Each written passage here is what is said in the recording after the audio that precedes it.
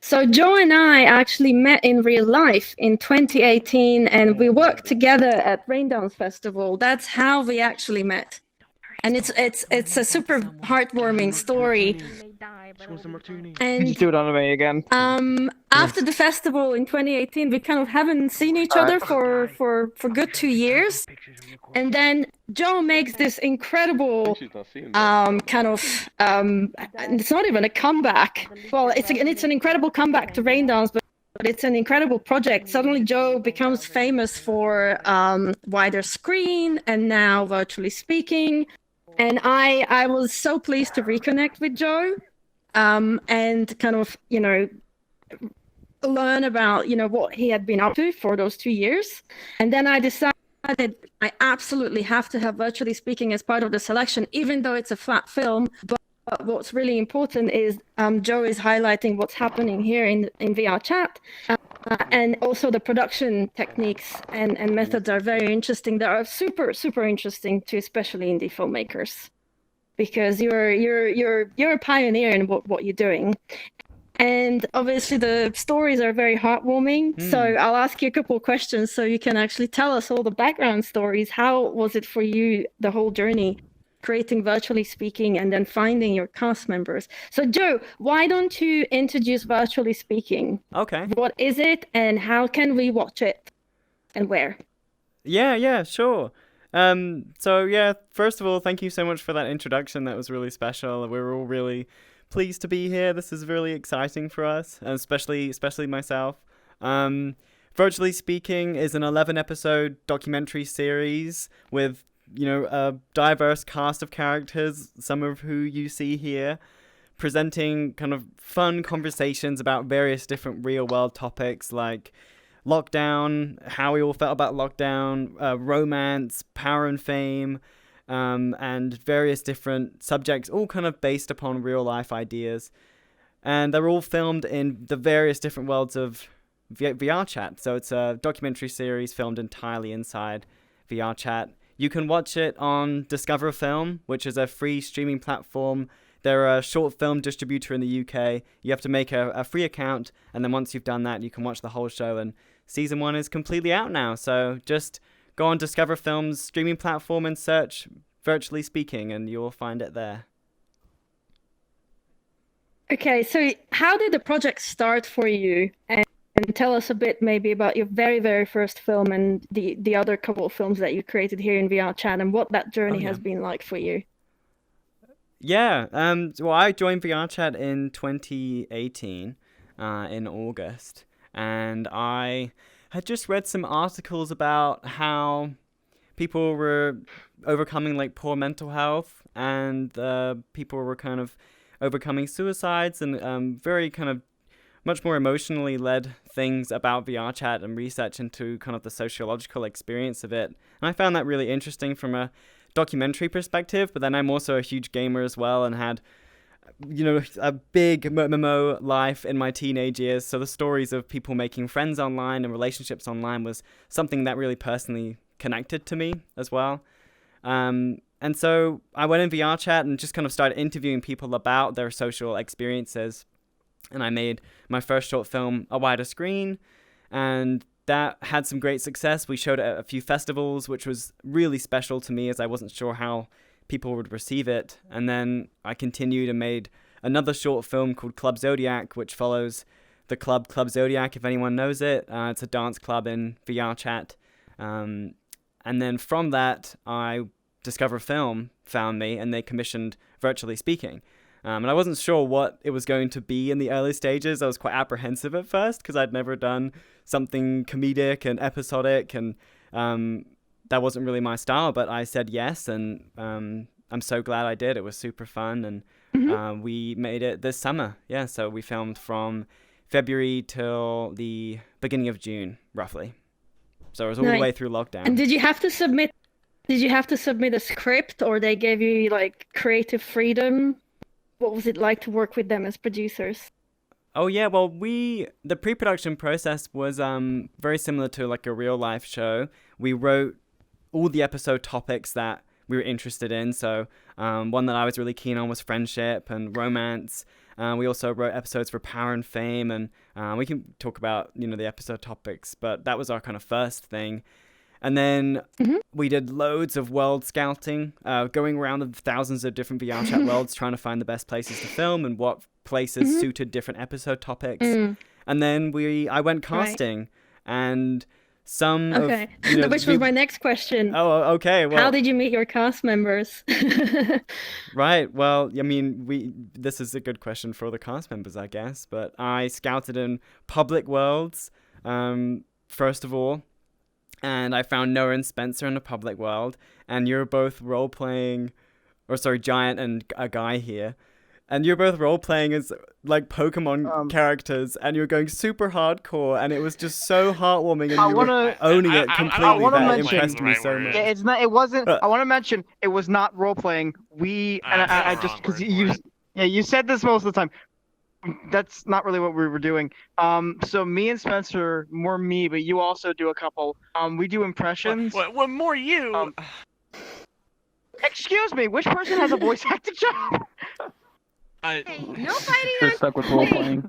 Yeah, you're right. Okay, so me and him were doing a. If you guys have ever seen the show or played some of the games, we were doing impressions of Professor Oak. Like, oh, I know Pokemon. And we were basically freaking people out by running up to any animal-looking avatar and just saying, ooh, a new Pokemon, we must catch it, and then just chase it while just doing the same voice, and we thought it was hilarious. And so I want to clear that up. In your words, Joe, you found us, saw us, we were really committed to it, and then you came up to us and you said, hey, let's go to a private world, I want to talk about something. You said something. That was and weird. we did not know what we were getting into. But you don't regret it. Yeah, so that's how I went to some public worlds, and then some people I knew personally, like PT, I'd known since the first film I made, and I just reached out to you because you're such a good speaker. Yeah, because you knew I had this community. And then I went with people that I thought would be or approached people within my community that I thought would make very good, charismatic, very different characters. So that was really fun. Yeah, it was lovely. And then I also sent out a Discord casting call on Discord to loads of different VRChat Discords, and that was really helpful. I interviewed about 30 people from that, and that's how I met Cretesmo. And Cretesmo, you actually came on from Ollyman. You could share that story if you like. Yes. So, think early February, I'm visiting my friend Ollyman, and he messages me saying, hey, I have somebody that wants to do sort of an interview kind of thing. I'm like, okay, I guess I'll join. And then it turned out to be this really enjoyable thing that I look forward to every single week. Yay. Yeah, and then finally, I got lucky. That's lovely. I love that. Did you guys have any idea what you were getting into, or you just Not at all. like played it really organically? My answer.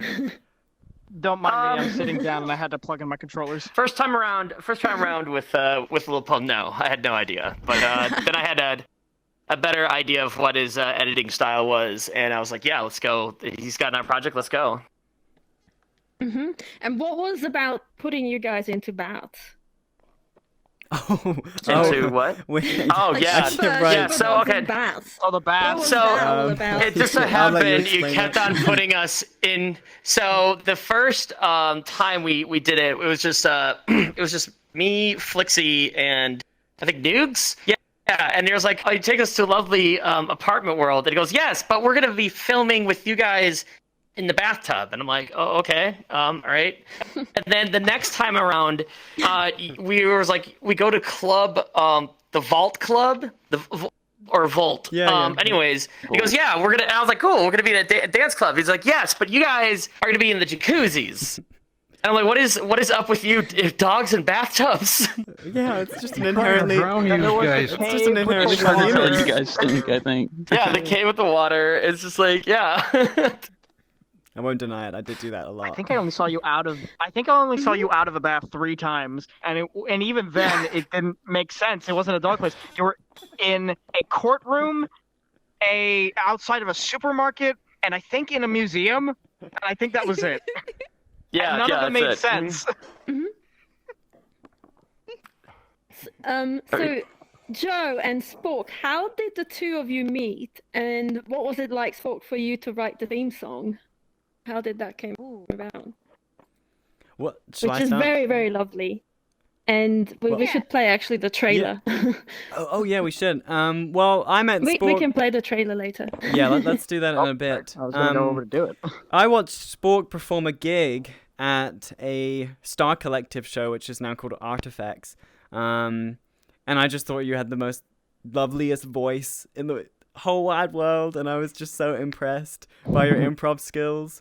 So I immediately reached out to Spork and said, I'm working on this show, and would you want to be interested in being a part of it? And then I also said, would you like to make the theme song? And then we had a Discord call, and then you can share that part of the story if you like. Yeah, I had at that point especially, I had like zero experience writing a song for any kind of project or anyone else really.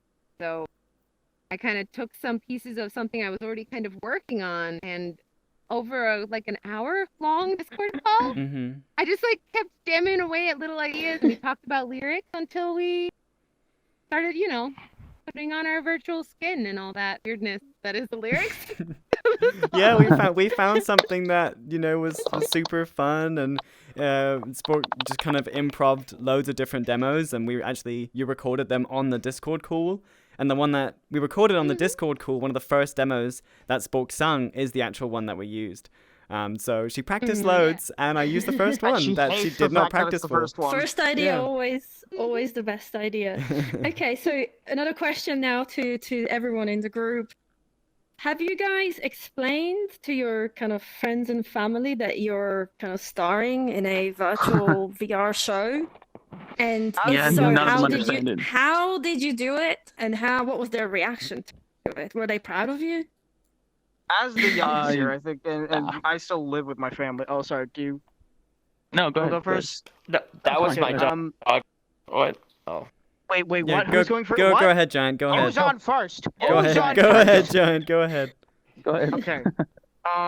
So I am still in high school. I live with my parents. Obviously, I can't do anything else. But when I first told them that, hey, I'm gonna be in this show, but it's entirely in VR, and I need you to sign this. They were a little skeptical at first. They're like, okay, who is this? Why are you doing it? Are you joining a cult? Joe kind of sucked. Yeah, but they briefly talked with Joe, and I explained what it was about.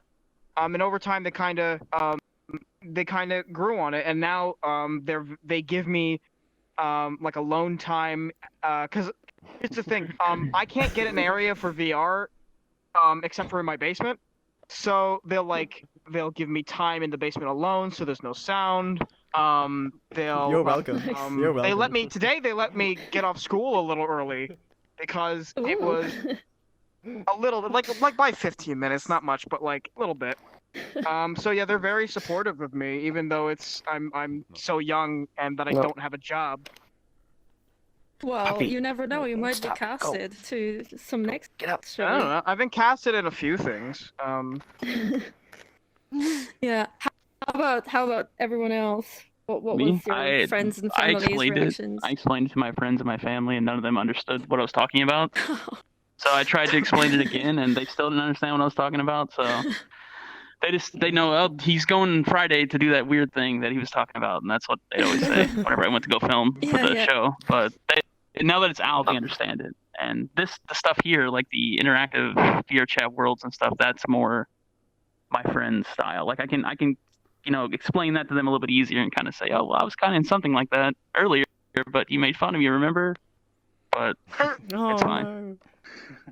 It's good. Anyone I'm glad. else? Anyone else wants to chip in? A lot of my friends and family are well aware of my shenanigans in VR. Just because I'm a part of this other series called The Sheba King, And already yeah, in it there's a before lot we to say. were. Well, Yeah. I want to mention, Jack, I brought your relatives in. I asked if you could bring them in. Or your... Well, yeah. I started doing a show with you. I think I did, 2 or 3 shows, and I mentioned it to my wife, and then she came in the VR, and then she was in pretty much every other show after that. So it was a lot of fun. yeah, it was really, really fun. Sounds indeed. From of all the episodes, like what were your kind of other favorite cast members? And then at what point did you all meet? Oh, that first one. The rat party is when everyone met. Yeah, That's what we call it? Yeah. Yeah, so Oh, that party. first one, that first the rat question's really party. tricky. Yeah, when we were done filming everything, yes. Oh, yes. And who Yeah, was first one's- Rapping. Like a burrito. There might have been some rapping. I don't remember. There was some crazy stuff going Oh, on there. that kind of rap. Yeah. Okay. Well, yeah, we threw the final episode of Virtually Speaking is everyone meeting up for the first time. I purposefully didn't really bring anyone together until the final episode, so they'd been watching Finale. everyone, and then And you were so cute because you're like, all right, guys, I can't believe I'm saying these words, but that's a wrap. Oh. well, it was super fun. Everyone got on really well, and we had a great time filming that last one. So that was the first time everyone Did met. you I had end so up much doing fun a with you, group and then we hug? ended up seeing each other like 20 more times. Yeah, I think we did do it. Yeah. Yeah. Yeah, we did a definitely. group hug, Yeah, yeah. we've done quite a lot of those. Okay, so I'll open the floor to some questions here. If anyone, maybe 1 or 2. If you guys have any questions. To any of Questions, these comments, lovely concerns, jokes, people? riddles. We Yeah. should probably play the trailer though. Play the trailer and give them a That's frame of true. reference first, They maybe? should see the Okay. trailer so they have a frame of 1 reference. second. I Unless you've will already load the watched trailer. it, which I'm assuming you haven't. I don't know. I mean, they did opt to Well, be here today. They didn't In the have meantime, shall I ask mean, what was they everyone's probably favorite haven't seen it. episodes? Or favorite I episode have my topic? answer, but I'll let Fame everyone and else go power. first. That's yeah. Power. I like Yeah, the one about that was- technology. That was my favorite. Yeah, I talked for like an hour and a half talking about technology. It was Oh great. yeah. One of the episodes was titled "The Future," and I asked everyone about their thoughts Yeah, about that's future that's what I'm tech thinking. and Yeah, the VR. future technology stuff. Yeah. And those were the longest Yep. discussions I had. Every recording that we made was over an hour. I don't think there was any discussion that we had which was not over an hour. And then each episode is under 10 minutes and features usually over 10 people. So we had tons of unused footage. And the future episode You would is need the to one stop that... me. That's how much I talked. Oh, yes, that is true. Well, we did. But the future episode had the most. Yeah. Definitely. Yeah, you all wouldn't stop. I mean, naturally. I remember during the future episode recording, you said you had frame rate issues. You couldn't fix them in post, and so we had to scrap the entire Oh, we had to shoot the whole interview, thing again. and we had to shoot a whole new interview. And we had to Alright. redo the bits we made on the spot, because that's what we Ready? do, me Like- and Spencer. Okay, the Yeah, trailer we should got be better. playing, We and got- if it is not, We did I get some good bits. apologize. Shh.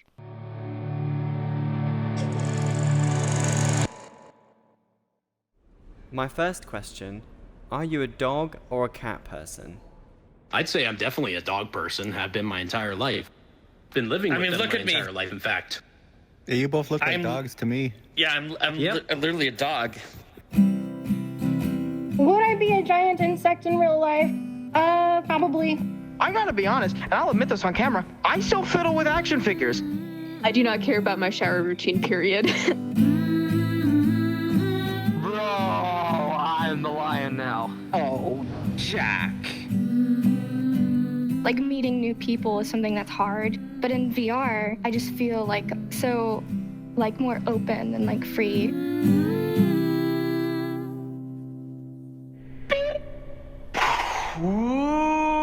Ooh, big explosion. I love that part. Ooh, big explosion. That was me. whoa. Just Yeah, Oh. we know it was you. Didn't really see that. What were we talking about? What was the explosion in reference to? Yeah, yeah. Somebody has a question. so- Somebody has a Should- question. yeah, the, yeah. the Yeah, we question. Yeah, go I for think it. she's Yeah, coming. please go for it. Maria, we're gonna take a question. I'll explain. Yeah, I guess this goes to Joe, Little Poe, I apologise, and all of you. Have you shown the film to people who've not tried VR, and do they get what's going on, that these are real people in avatars? I have. My answer's gonna be brief. I have, but they just kind of assume how it works, because there's videos everywhere. Even if they haven't done it, they probably recognize it and how it works. A lot of people think it's like some sort of Zoom call filter. That's their frame of reference. Right. Oh, that hurts idea my soul. The idea that Little Poe that's is a new one. documenting real experiences in VR, and the idea that it is ruin documentary VRChat on in me. nature, I guess is what I'm thinking about. And if Yeah. people get that, until I wonder how I would have thought about that if I hadn't tried VR, basically. That's what I'm thinking. Yeah, I've shown it to a lot of people who haven't experienced VR, and I think there always needs to be a bit of context laying down. It's definitely hard for people to grasp the idea.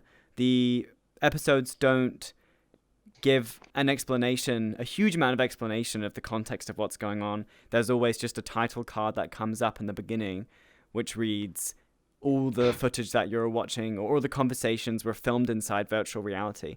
That's the only context we give people. Yeah. And then it's up to them to kind of just understand what's going on. And that can either be really fun. I've had people come up to me and ask, whoa, I don't understand how that's happening, but they're real and they're moving.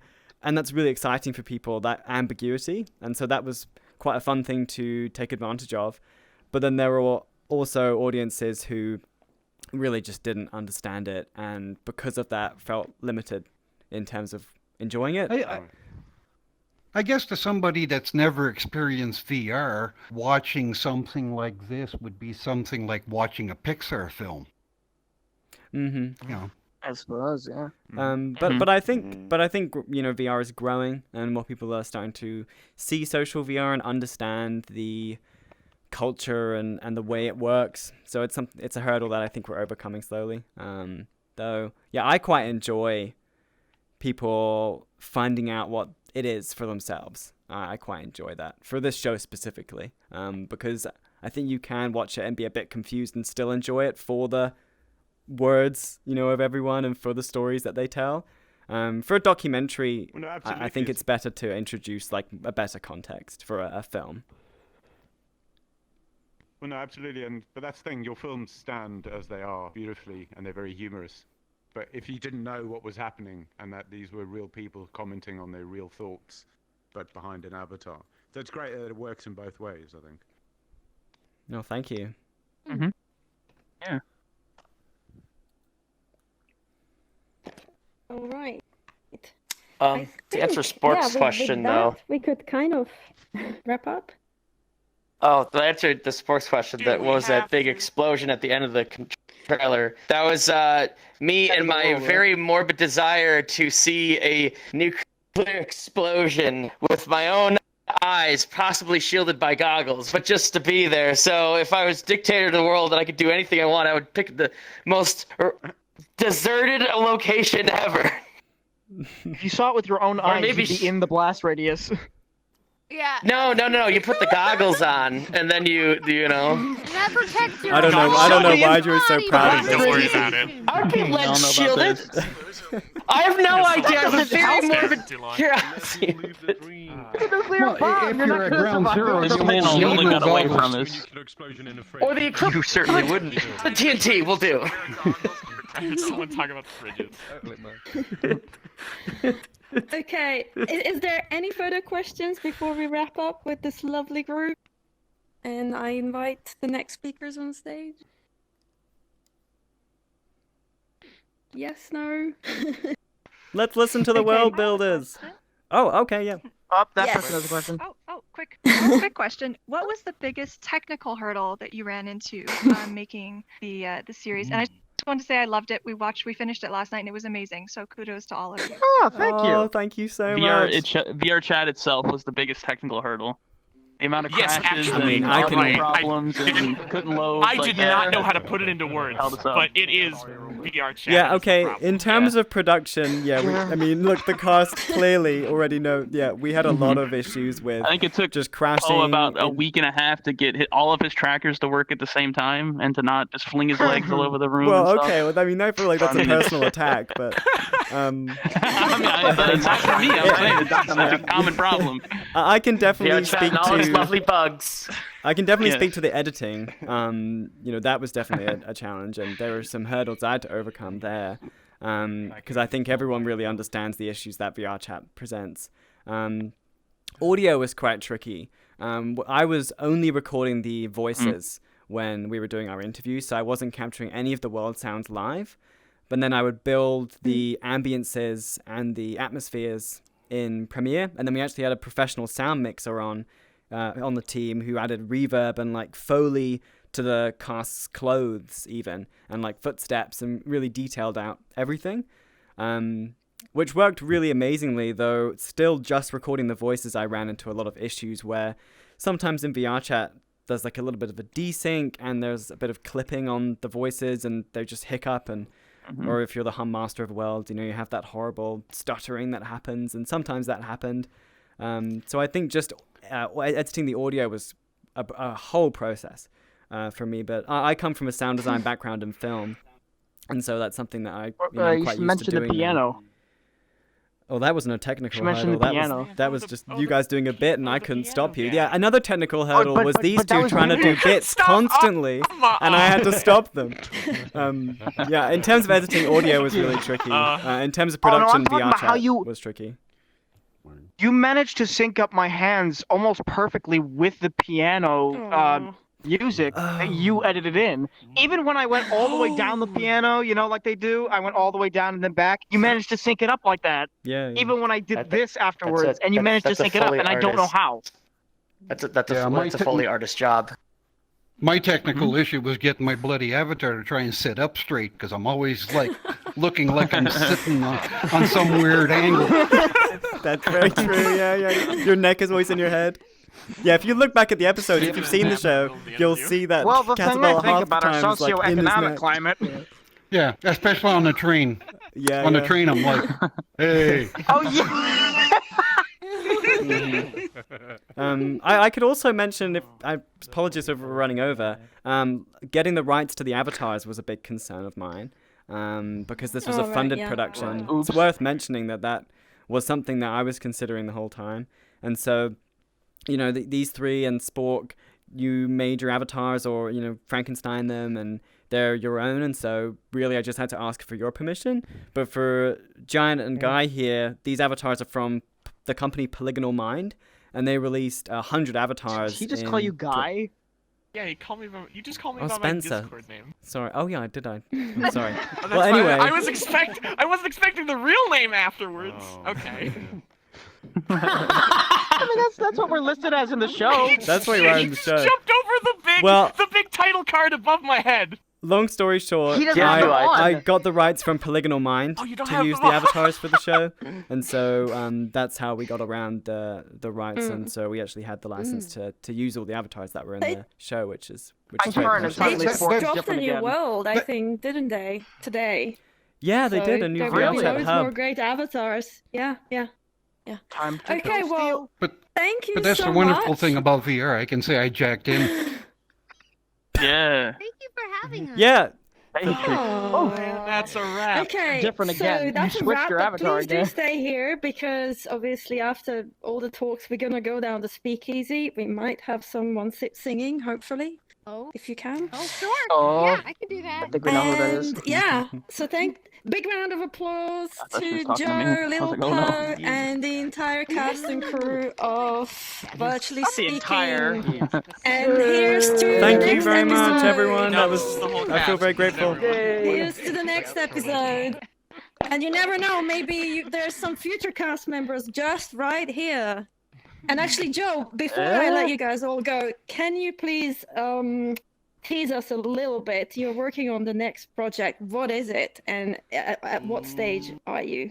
Oh yeah, well, I mean, some of the people in the audience know about it already. Unfortunately, it's not Virtually Speaking Season 2, as much as I'd love it to be. I think that's something that I'm still bubbling on. But I'm working on a new personal documentary, just exploring some of the creators and communities in VRChat and kind of painting a broad picture of what the early stages of social VR is all about as it kind of is growing and growing into more of a Are you using public your new view. camera shader? Yeah, I'm shooting the whole thing with VRC lens. Oh my god. But yeah, it's going to be a much Nice, longer nice. form documentary, kind of following the emotional and sociological side of social VR. Wonderful. Oh, I should Thank probably you. mention.